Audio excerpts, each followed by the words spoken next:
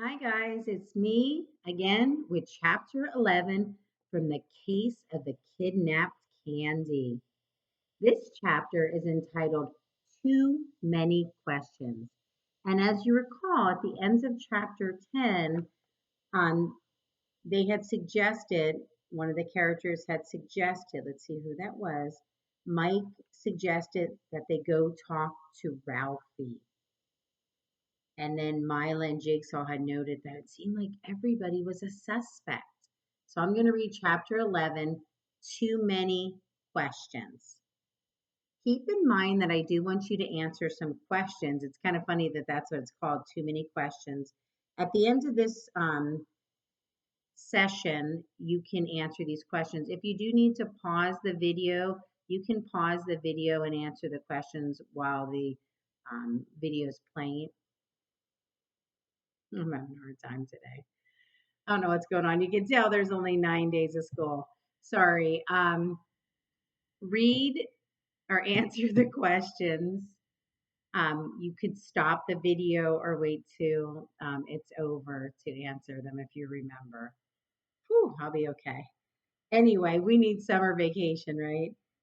Chapter 11's questions there are two of them. Number one, why did Jigsaw lay his head down on the table and close his eyes? And the second one is, why was Jigsaw having trouble resting? So those are the questions you will need to answer. Chapter 11, too many questions. I slumped down at the kitchen table. I glanced at the long list of suspects in my detective notebook. At this point, the only people who weren't suspects were the Easter Bunny and the Tooth Fairy. Yeesh! I had written down the name of almost everyone in room 201, but I still didn't know who the one true thief was. I didn't know anything for sure. None of the clues pointed to a definite candy napper. After all, it seemed like I had caught everyone lying at least once. Maybe they were still lying. Maybe Bobby, Mike, and Eddie were messing with me. Or maybe Joey took the candy and Lucy was covering for him. And you might say, covering for him? What does that mean? In this instance, it means kind of like she might not be exactly telling the truth. She's trying to protect him. Or maybe Mila was right all along and Miss Gleason kept it for herself. Or maybe, dot, dot, dot, there's that ellipsis. I had to lay my head down on the table and close my eyes. This case was giving me a giant headache. You know what else was giving me a headache? My brothers. Nick and Daniel were supposed to be washing the dishes. And they were, sort of. Mostly they were splashing soap bubbles at each other and yelling really loudly. Here's Jigsaw trying to take a rest on the kitchen table. They were arguing about basketball. In the winter, that's almost all they ever do. Sure, sometimes they watch basketball, sometimes they play it, but mostly they argue about it. The point guard is the most important position, Nick claimed. He banged a pot in the sink. No, it's the center, Daniel argued. Every team needs a big guy to get rebounds and block shots. The point guard dribbles the ball, Nick countered. He makes passes and shoots from the outside. Mm, I groaned. Ugh! Stop arguing, please. Pressed my hands over my ears. That's when my brothers noticed I was in the room. What do you think, Worm? Nick asked. Come on, tell him the point guard is the MVP. This stands for most valuable player, in case you're not sure. More like MVP ETC, Daniel snapped. Most valuable player except the center. Tell him, Shorty. Don't call me Shorty, I complained, or Worm. The way he reacts here, how does Jigsaw feel? Should have asked that as a question.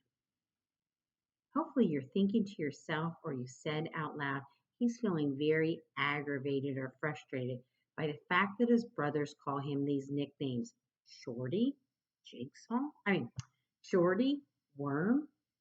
Then I stopped talking and started thinking, hmm, anything was better than worrying about the candy case. Nick was right. The point guard was important. He ran the offense.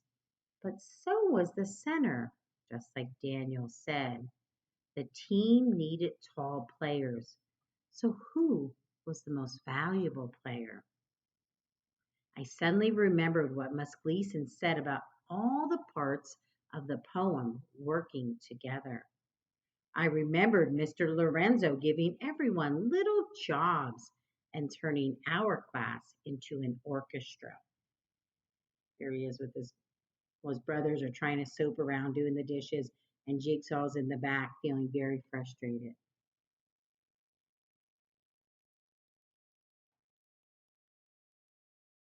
And just like that, I knew who had kidnapped the candy. I raced out of the room to call Mila. Where are you going? Nick called after me. You didn't say who was right, Daniel yelled. You both are, I called back, but I didn't stop to explain. I had a case to close.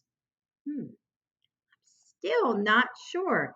He makes this revelation or he realizes something at the end of this chapter about how different players on a team need to work together to have success in the basketball game. How Miss Gleason said all parts of the poem need to work together, come together for the poem to make sense. How the different parts of the orchestra need to work together to make great music. And all of a sudden, then he realized who had kidnapped the candy. So I'm anxious to see because chapter 12 is entitled The Blame Game. And as a reminder, I would like those of you in my class to answer the following questions. Why did Jigsaw lay his hand down on the table and close his eyes? If you were listening closely, it did tell you why. Cause and effect situation. And then number two, why was Jigsaw having trouble resting? Again, these two are effects. These are things that happen. And then you say, what is the cause or why did these things happen? And then you understand cause and effect. And sometimes kids might say, why do I have to do cause and effect? What's the purpose of that? Simply put, if you understand the cause and effect situations in a story, you can better comprehend or understand that story. And that's our ultimate goal. Because as you move through the grades and you move towards the end of second grade, you will be responsible for writing a written summary of a story that you read aloud. You read a portion of it aloud to your teacher and then back at your desk the rest. So you have to be able to retell a story from beginning to middle to end.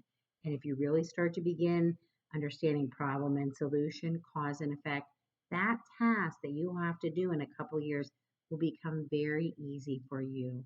Next year in first grade, you'll really be working on oral retelling the story. The teacher will ask you to tell what happened out loud. Excellent. I am so excited. You've done so well this school year, and I look forward to seeing all the great things that you do next year. So, next week, there'll be no official graded assignments in EDSB. However, I will be doing some Zoom interactive reading lessons, and I'll be reading the last chapter of the case of the kidnapped candy. And I cannot wait to find out who kidnapped these Hershey Kisses. I hope it wasn't Miss Gleason. Okay, guys, well, you have a great evening or great afternoon whenever you're watching this. I look forward to seeing you again. Give yourself a big hug because that's for me. I miss you so much.